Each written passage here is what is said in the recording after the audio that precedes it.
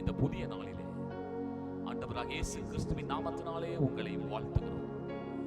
யோபு 2ஆம் அதிகாரம் 3ஆம் வசனத்தில் கர்த்தர் கேட்கிறார், நீ என் தாசனாகிய யோபின் மேல் கவனம் வைத்தாயோ?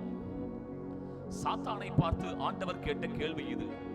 ஏனென்றால் சாத்தானின் கவனம் யோபுவின் மேலே விழுந்து விட்டது. ஆனால் தேவனுடைய கவனம் எல்லாம் யோபுவின் மேலே இருக்கிறது. ஏனென்றால் யோபு தேவனை உத்தமமாய் பின்பற்றுகிறவன். ஆகவே சத்ருவின் கவனம் அவன் மேல் விழுந்து விட்டபடினால் தேவன் கேட்ட கேள்வி இது.